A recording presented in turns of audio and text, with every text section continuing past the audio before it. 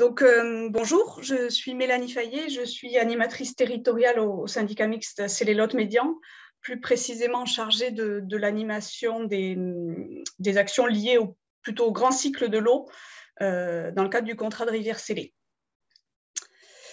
Je vais commencer par vous situer le bassin du Célé. Donc, pour cela, j'ai repris une carte de gesto.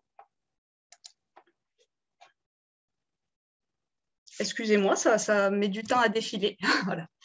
Donc, voilà, le bassin versant du Célé, qui est le territoire du SAGE, du contrat de rivière, et sur lequel porte la plupart des actions dont on va vous parler aujourd'hui, couvre 1218 km². Et donc, comme vous le voyez, il est dans le quart sud-ouest de la France. Et on peut dire que c'est plutôt un petit SAGE.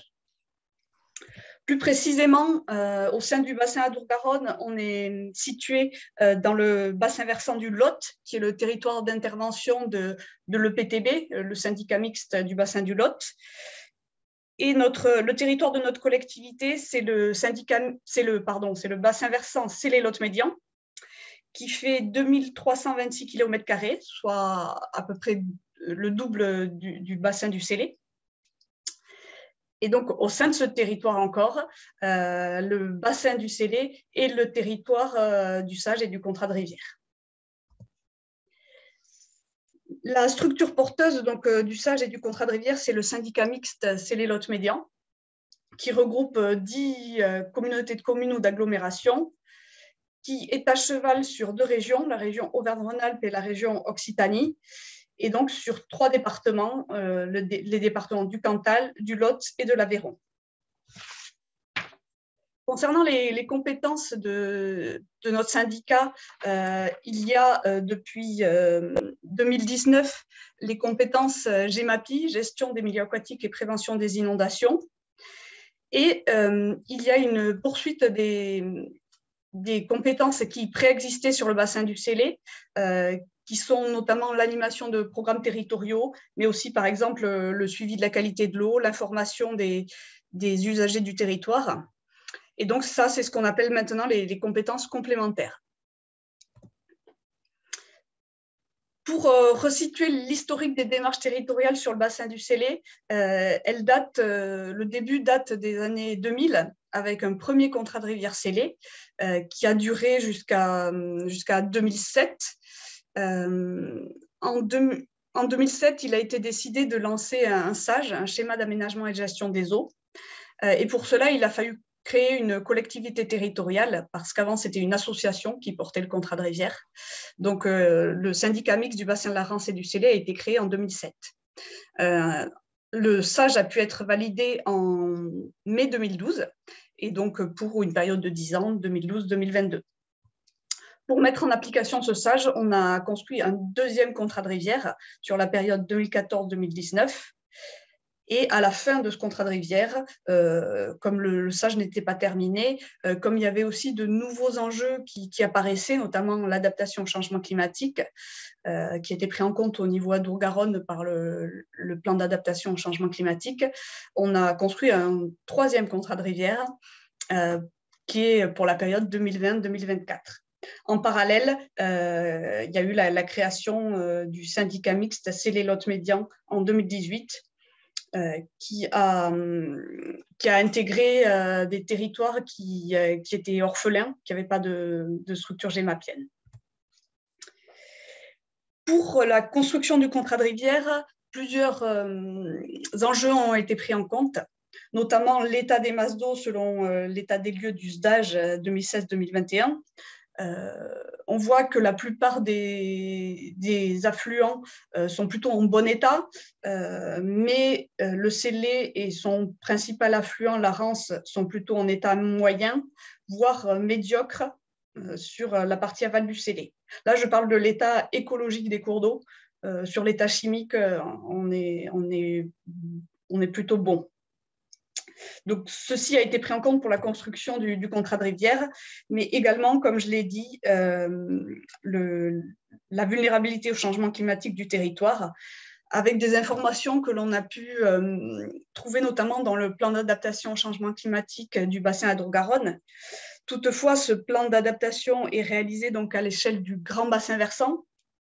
Et donc, les données sont moyennées au niveau du territoire, ce qui peut gommer des disparités et notamment faire disparaître des problématiques de tête de bassin versant. Donc là, le bassin du Lot est encadré en rouge sur cette diapositive. On voit qu'il est plutôt estimé peu vulnérable au niveau disponibilité en eau superficielle ou en eau souterraine. Et le bassin du Célé, donc, est à peu près au milieu de ce territoire, est aussi estimé peu vulnérable. Pour compléter cet état des lieux qui pour nous n'était pas assez précis, on a recherché des données scientifiques qui sont notamment beaucoup issues d'Explore 2070, mais aussi les données un peu plus détaillées du PACC Adour-Garonne. Donc, ces données montrent, comme en général, peut-être dans le quart sud-ouest de la France, des augmentations de température estimées entre 1,7 et 2,8 degrés en moyenne sur l'année, et peut-être jusqu'à 4 degrés en été. Évidemment, des conséquences sur la ressource en eau, avec une diminution des débits qui est estimée entre 11 et 39% sur le Célé à Figeac, et des diminutions plus significatives en juin et novembre, ce qui renforcerait la tendance qui est déjà observée d'un étiage plus précoce et plus long. Des impacts du changement climatique sur les milieux et la biodiversité étaient estimés dans le PACC Adour-Garonne, notamment un impact sur les zones humides avec un risque de régression, voire de disparition. Un impact sur les populations piscicoles avec peut-être une diminution des habitats favorables aux espèces plus exigeantes et un risque d'augmentation des espèces exotiques. En complément de ces données scientifiques, on a aussi souhaité avoir l'avis des acteurs locaux sur l'impact du changement climatique déjà observé et peut-être à venir. Donc, on a fait des ateliers participatifs, que ce soit pour la construction du contrat de rivière en septembre 2020 ou pour la préparation de la révision du SAGE plus récemment en juillet 2021. Et donc, les acteurs locaux ont pu exprimer leur perception du changement climatique. Il est ressorti que le territoire était pour l'instant plutôt préservé, avec un fonctionnement qui reste assez naturel des cours d'eau, peu d'ASEC, également une présence de zones humides qui permettent de jouer leur rôle d'éponge. Donc voilà, un territoire plutôt préservé, mais qui est quand même exposé au changement climatique, notamment car il n'y a aucune infrastructure de soutien des étiages et que les cours d'eau sont déjà très réactifs avec des débits qui varient très rapidement, que ce soit à la baisse à l'étiage ou que ce soit avec une augmentation des débits rapides en période de crue. Les acteurs ont aussi identifié des enjeux forts, avec notamment un enjeu, l'impact du changement climatique sur la ressource en eau, tout d'abord. La ressource en eau qui impacte l'eau potable, avec des captages d'eau potable en rivière, qui impacte un usage important sur notre territoire, qui est l'abreuvement du bétail, car on est un territoire d'élevage, qui impacte aussi les milieux aquatiques, les loisirs aquatiques, baignade, canoë. Des enjeux sur le risque d'inondation et comme je l'ai déjà dit, sur la préservation des zones humides. La prise en compte du changement climatique dans les démarches territoriales, elle n'était pas objectivée dans le SAGE, il n'y avait pas un objectif précis, mais il y avait quand même des dispositions qui visaient une meilleure gestion de la ressource en eau, une meilleure connaissance déjà, également une réduction du risque d'inondation et des objectifs de préservation des zones humides, également des dispositions qui visaient à mieux encadrer la création et la gestion des plans d'eau. Sur le contrat de rivière scellée 2020-2024, c'est renforcé cette prise en compte du changement climatique avec un objectif spécifique et un panel d'action qui est estampillé avec un petit logo. En parallèle de la construction du contrat de rivière scellée, le syndicat mixte Scellé-Lot-Médian a souhaité, dès 2019, s'impliquer dans le projet Life, Eau et Climat, qui est coordonné par l'OIO. Et donc, ce projet vise à aider les acteurs locaux de la gestion de l'eau à prendre en compte les effets du changement climatique. Pour nous qui avions pour l'instant peu d'études sur ce sujet, peu de connaissances, c'était intéressant de s'impliquer dans ce projet qui a démarré officiellement en septembre 2020, qui regroupe 5 partenaires techniques et scientifiques et 9 partenaires territoriaux. Dans le cadre de ce projet Life, Eau et Climat, notre syndicat porte 3 actions qui sont regroupées dans l'action C2, qui vise à mobiliser les acteurs locaux et à analyser ces pratiques de mobilisation. Donc, les 3 actions que l'on porte, c'est une opération groupée de mise en place de dispositifs de récupération d'eau de pluie. C'est une étude sur l'adaptation des élevages de notre territoire au changement climatique. Et la 3e, enfin, qui va faire la transition avec la suite de la présentation, c'est une action sur les plans d'eau avec des diagnostics, des suivis avant et après travaux et des aménagements visant à réduire l'impact de plans d'eau prioritaires sur les milieux aquatiques. Donc, les plans d'eau qui sont visés sur cette action, c'est plutôt des plans d'eau avec usage et connectés au cours d'eau, et également plutôt des plans d'eau publics. Donc, je vais passer la parole à mon collègue Nicolas Tournier, qui va vous présenter les actions déjà menées par notre syndicat sur les plans d'eau et les perspectives à venir. Bonjour à tous et à toutes. Pour vous présenter rapidement l'historique des actions qui ont été menées sur le bassin du Scellé. Donc, on avait initié la démarche en 2014-2015 avec un inventaire et ça en est suivi donc un certain nombre d'actions, d'études et de travaux sur des ouvrages. On va vous présenter ici quelques exemples que vous avez ici à l'écran.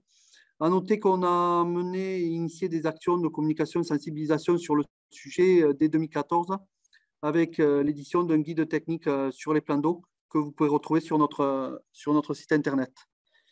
Diapo suivante. Elle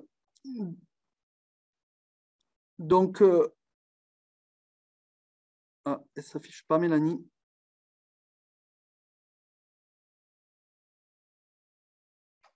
Donc, au niveau de l'étude d'inventaire, on a mené une étude d'inventaire et de caractérisation des plans d'eau. Donc, une étude d'inventaire qui est apportée par un repérage cartographique et avec un passage de partiel de terrain. Donc, on a recensé 294 plans d'eau sur notre territoire, sachant que le territoire du bassin du Scellé, c'est 1200 km², avec une présence beaucoup plus importante sur certains secteurs. Vous le voyez sur la carte à gauche de l'écran, avec la zone Ségala, Châtaigneraie, donc plutôt sur les piémonts du Massif central à droite, où là on a une concentration plus importante, et là à l'ouest, avec la zone de Cos, où on a des concentrations beaucoup moins importantes du nombre de plans d'eau. Donc, un peu comme le PTB Vienne, on est sur des superficies moyennes de plans d'eau qui sont donc à 3000 m² de surface moyenne, avec beaucoup de plans d'eau sur cours d'eau, ou connectés au cours d'eau, puisqu'on a 145 plans d'eau, donc près de 50% des plans d'eau qui sont connectés au cours d'eau, avec pour 50% des plans d'eau des impacts sur les milieux aquatiques. Et pour nuancer, on a près de 50% des plans d'eau qui présentent un intérêt patrimonial bon à élever sur le bassin du Scellé. Au niveau des usages, diapo suivante, donc on a on a donc les plans d'eau du bassin du Célé. Donc, on en a un quart qui servent pour l'irrigation agricole. On en a un peu plus d'un quart qui servent pour de l'agrément et un quart pour l'abreuvement et un quart étant après pour les autres usages, sachant qu'on a à peu près 15% des plans d'eau qui n'ont aucun usage avéré à ce jour. Donc, je vais vous prendre quelques exemples des travaux qui ont pu être effectués. Donc, un premier exemple sur le plan d'eau du Roc de la France, donc, qui est situé sur la tête de bassin versant du Célé. Vous avez sur la carte, donc, en haut de l'écran à droite, donc, la localisation sur le territoire. Donc, on est plutôt sur un secteur de tête de bassin versant, avec un cours d'eau qui est avec un débit faible à l'étiage. Et donc, on était sur un plan d'eau qui était d'un hectare directement sur le lit du cours d'eau, qui était à l'origine créé pour la baignade et pour l'halieutisme, sur une propriété qui appartenait à la commune. Et particularité, on avait également une partie de l'emprise du plan d'eau qui appartenait à un syndicat d'initiative pour le valoriser au niveau du tourisme local. Donc, diapositive suivante. Donc, on vous a remis quelques chiffres, puisqu'on s'était concentré sur un suivi thermique sur ce plan d'eau donc, en 2012, où on voyait qu'on avait des écarts de plus 4 degrés donc, entre l'amont et l'aval du plan d'eau sur ce cours d'eau de tête de bassin versant, et ce qui nous permettait d'obtenir des températures de plus de 20 degrés, donc néfastes pour la truite fario qui est visée sur cette tête de bassin versant. Et vous avez donc, on vous remettra, je ne vais pas rentrer dans tout le détail, mais on vous remettra donc du coup le diaporama et vous aurez le détail des résultats. Donc, c'est vrai que sur la partie amont, on avait un cycle journalier classique avec un refroidissement nocturne de la température du cours d'eau, donc avec un fonctionnement plutôt classique pour ces têtes de bassin versant. Par contre, sur l'aval, on voit que cet écart se diminue et donc vous avez les températures 1,6 degré au lieu de 4,5 degrés à l'amont entre l'écart moyen journalier. Donc, avec des températures du cours d'eau qui étaient nettement impactées sur l'aval du plan d'eau, avec près de 4 semaines où on était supérieur à 18 degrés Celsius dans la température de l'eau à l'aval du plan d'eau. Donc, avec ce réchauffement important, on avait des effets néfastes sur les populations piscicoles à l'aval du plan d'eau et sur les milieux aquatiques. Donc, vous avez ici une photo avant et après travaux. Donc, après analyse de plusieurs scénarios, une étude poussée avec l'étude de plusieurs scénarios, la collectivité, la commune de la Tronquère, propriétaire du site, a fait le choix d'effacer le plan d'eau et de le restaurer en zone humide. Donc, ça permettait également de retrouver la continuité écologique sur cette zone. Vous avez les photos à droite de l'écran qui montrent voilà, l'obstacle qui a été supprimé. Donc, au-delà de cet aspect continuité écologique, ça permettait de rétablir le régime thermique et de restaurer une zone humide fonctionnelle avec des habitats diversifiés qu'on va voir sur la diapositive à venir.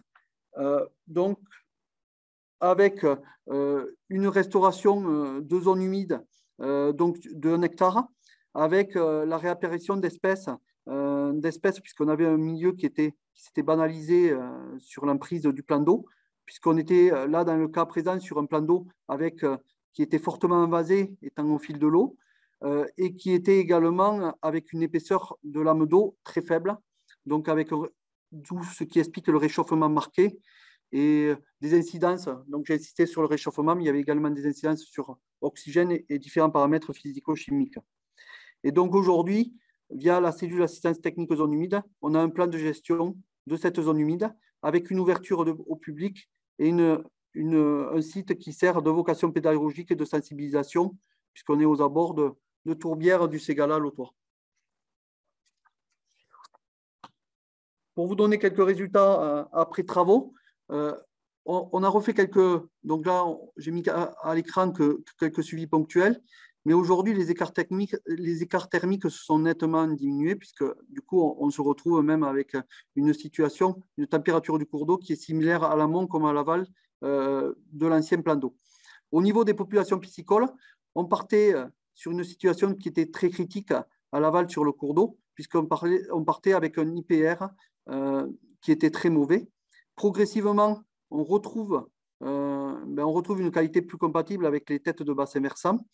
On a franchi de classe. Aujourd'hui, on est en qualité médiocre, puisqu'il faut que le temps que le milieu se renouvelle. Donc, on a réalisé les travaux en 2016-2017. Et donc, aujourd'hui, on retrouve la truite fario sur ce secteur qui avait disparu. Et donc, les espèces type écrevisse américaine, perche soleil, les espèces envahissantes, aujourd'hui, on retrouve une écrevisse américaine lors de la dernière pêche, mais c'est anecdotique par rapport à la densité de population qu'on pouvait avoir avant de travaux. Donc, bien sûr, les suivis sont effectués avec la Fédération de pêche départementale du Lot. Un second exemple qui est sur le scellé. Donc, comme je l'expliquais en préambule, on a donc la partie ouest de notre territoire qui est située sur les Corse-Quercy. Donc là, on est sur une ancienne gravière qui avait été exploitée jusqu'en 1995. Donc, gravière avec un plan d'eau de 3,8 hectares qui était non connecté au scellé. Et donc là, on a travaillé sur une reconnexion, comme vous le voyez en bas de l'écran, une reconnexion de la gravière pour qu'elle soit alimentée en fonction des crues. Donc, on va le voir sur les diapositives à venir. Pour vous donner la situation, donc on était sur un site artificialisé, ancienne gravière qui a été exploitée jusqu'il y a 20 ans, avec donc des berges qui étaient très abruptes par endroits, et donc avec des problématiques de plans d'eau déconnectés du scellé, avec une zone humide qui était dégradée avec des dysfonctionnements néfastes au milieu. Et après, on était globalement avec une eutrophisation et une banalisation des milieux aquatiques sur cette zone. Donc, c'est en 2019 que les problèmes majeurs sont survenus, notamment en année très chaude sur le sud-ouest, avec des problèmes de développement de cyanobactéries qui ont abouti à une mortalité piscicole massive à l'étiage 2019, avec près d'une tonne de poissons morts de toutes les espèces, que ce soit des carpes, brochets, une tonne de poissons morts qui ont dû être retirés du site. Donc, pour vous présenter le programme de travaux, on a mené un programme de travaux en 2 phases qui comprenait à la fois pour l'exploitation de la gravière, il y avait différents aménagements qui avaient été faits autour du site. Donc, on a supprimé des merlons en bordure de cours d'eau. On a reterrassé des matériaux, recréé des berges en pente douce sur la gravière, reconnecté la gravière avec le scellé pour qu'elle fonctionne comme une annexe alluviale, et la restauration de zones humides sur tous les abords de ce plan d'eau, avec la création également de mares et de connexions entre les mares et le plan d'eau. Une deuxième tranche de travaux a été menée en 2021 avec des poursuites et pour accompagner l'évolution du milieu, avec l'accompagnement de création d'atterrissement, de banquettes immergées, d'amélioration de milieux et d'extension des zones humides. Et il y a une troisième tranche qui est prévue en 2022 avec la valorisation de ce site-là, puisqu'il est fréquenté par le public, et donc l'ouverture au public sur cette ancienne gravière. Pour vous donner quelques chiffres, donc on est à 3,8 hectares de plan d'eau à l'origine, donc là qui ont donné place à 2,8 hectares de milieux aquatiques, avec une zone humide qui s'est agrandie d'un demi-hectare, avec un fonctionnement écologique restauré, avec une reconnexion latérale du scellé. Et au niveau qualité, pour finir sur les cyanobactéries avec la diapositive suivante, cette diapositive, donc, où on avait sur ce site-là les problématiques cyanobactéries évoquées qui nous ont entraîné la mortalité massive. Donc, avant travaux avec des concentrations qui étaient très importantes, donc qui dépassaient largement, pour information, on avait remis le seuil de baignade. Donc, on dépassait largement ces seuils-là. Depuis les travaux, avec les reconnexions régulières de l'annexe avec le scellé au fil des montées des eaux, on se retrouve avec les concentrations qui ont nettement diminué. Après, on est sur un programme de travaux qui est plutôt récent, où le milieu a été fortement perturbé pendant des années et il faut que le temps, que la végétation reprenne, que le milieu s'équilibre pour retrouver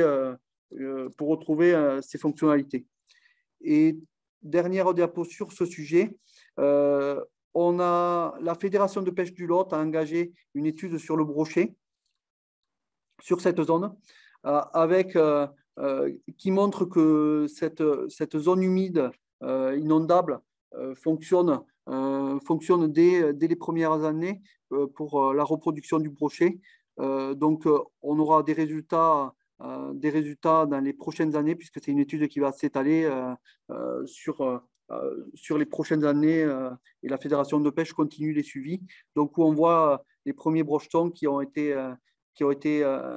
recolonisé la gravière, sachant que on part d'un état qui était critique, puisqu'il nous restait qu'en gros que les perches soleil, c'était ce qui avait résisté aux cyanobactéries. Pour terminer sur deux autres exemples, donc on a un plan d'eau qui est également situé sur le scellé à une quinzaine de kilomètres en amont du site qu'on vient de voir, où on a un plan d'eau qui est déconnecté avec une digue filtrante que vous voyez au milieu entre le scellé et le plan d'eau. Donc un plan d'eau qui sert d'agrément et de loisir qui appartient à la ville de Figeac. Donc là, c'était simplement pour vous montrer, donc sur la diapositive à venir, les problèmes qu'on a sur ce site-là. Donc, on a un barrage et des équipements qui sont en mauvais état, donc avec une mise en conformité obligatoire, avec des problèmes de sécurité publique. Le plan d'eau qui a été comblé dès ses premières années dans les années 80.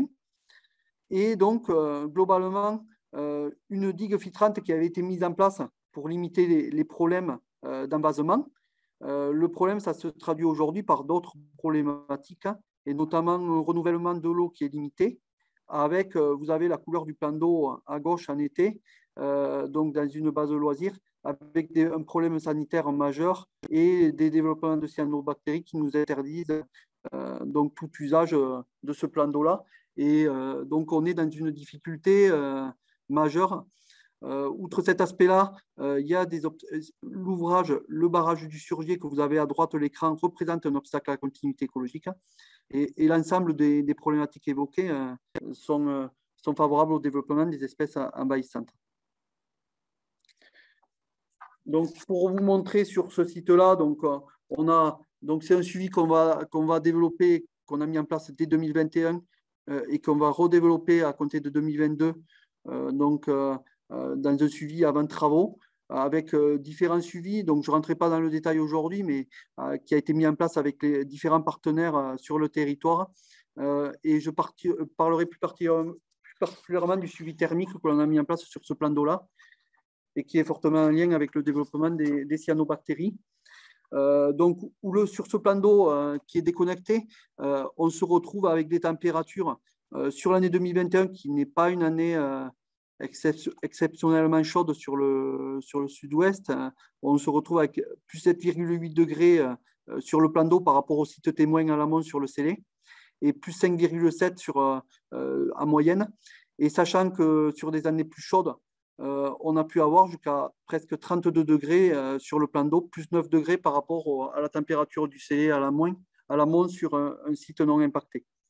D'où le développement de cyanobactéries que j'ai pu vous présenter ci-avant.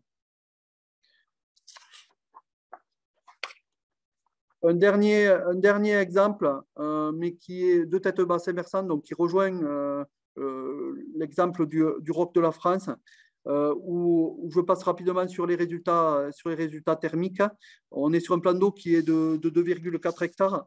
2,4 hectares, donc avec un débit d'étiage très faible, comme on a pu le voir sur le premier exemple. Donc, sur la diapositive suivante, vous avez justement les écarts qui se confirment avec les autres plans d'eau qu'on a sur nos têtes de bassin versant, où on retrouve des températures supérieures à 7 degrés à l'aval du plan d'eau, avec des impacts. Donc, sur le premier exemple, on était avec des impacts sur les milieux aquatiques, sur l'eau potable. Là, on est avec des impacts sur une station de moules perlières qu'on retrouve à l'aval, donc avec une problématique majeure. Donc, sur ces deux derniers exemples que je viens de citer, Casa News et le surgé à Figeac, on est en cours de réflexion. Donc, c'est ce qui ouvre, voilà, à dernière diapositive sur les perspectives. Donc, on vient de recruter un agent, donc Benoît Gaillard, qui est arrivé en septembre, qui participe à la visioconférence ce matin, donc à temps complet pour travailler sur ce sujet des plans d'eau sur notre territoire. Donc, l'idée, c'est de poursuivre sur les investigations sur les plans d'eau prioritaires. On a vu comme les deux derniers exemples sur lesquels aujourd'hui on est plutôt dans des suivis avant travaux, avec des réflexions pour essayer de diminuer l'impact de ces plans d'eau-là. Et donc, comme l'a précisé Mélanie Fayet, on a été retenu dans le programme LIFE et également dans un appel à manifestation d'intérêt sur la région Auvergne-Rhône-Alpes qui va nous permettre de mettre en place des programmes pour limiter l'impact de 3 plans d'eau prioritaires. Donc, vous avez deux des exemples sur les photos en bas de l'écran. Je vous ai mis en dernière diapositive la liste des documents avec les liens de téléchargement que vous pouvez retrouver sur les outils qu'on a pu mettre en œuvre pour ces différents sujets. Merci.